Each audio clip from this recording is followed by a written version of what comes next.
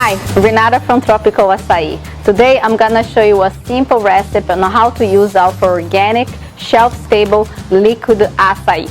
First, you're gonna need scissors because this is vacuum sealed, and for us to open, you have to cut the edge. This organic shelf-stable acai is good for 20 servings. Because it's liquid and it's not the traditional pack, I use it measuring cup, and I'm gonna pour 2 portions of organic shelf-stable. Since we are using liquid acai, what I like to do to have the smoothie and bowl consistent is I add frozen bananas. I put about 1 banana in the blender.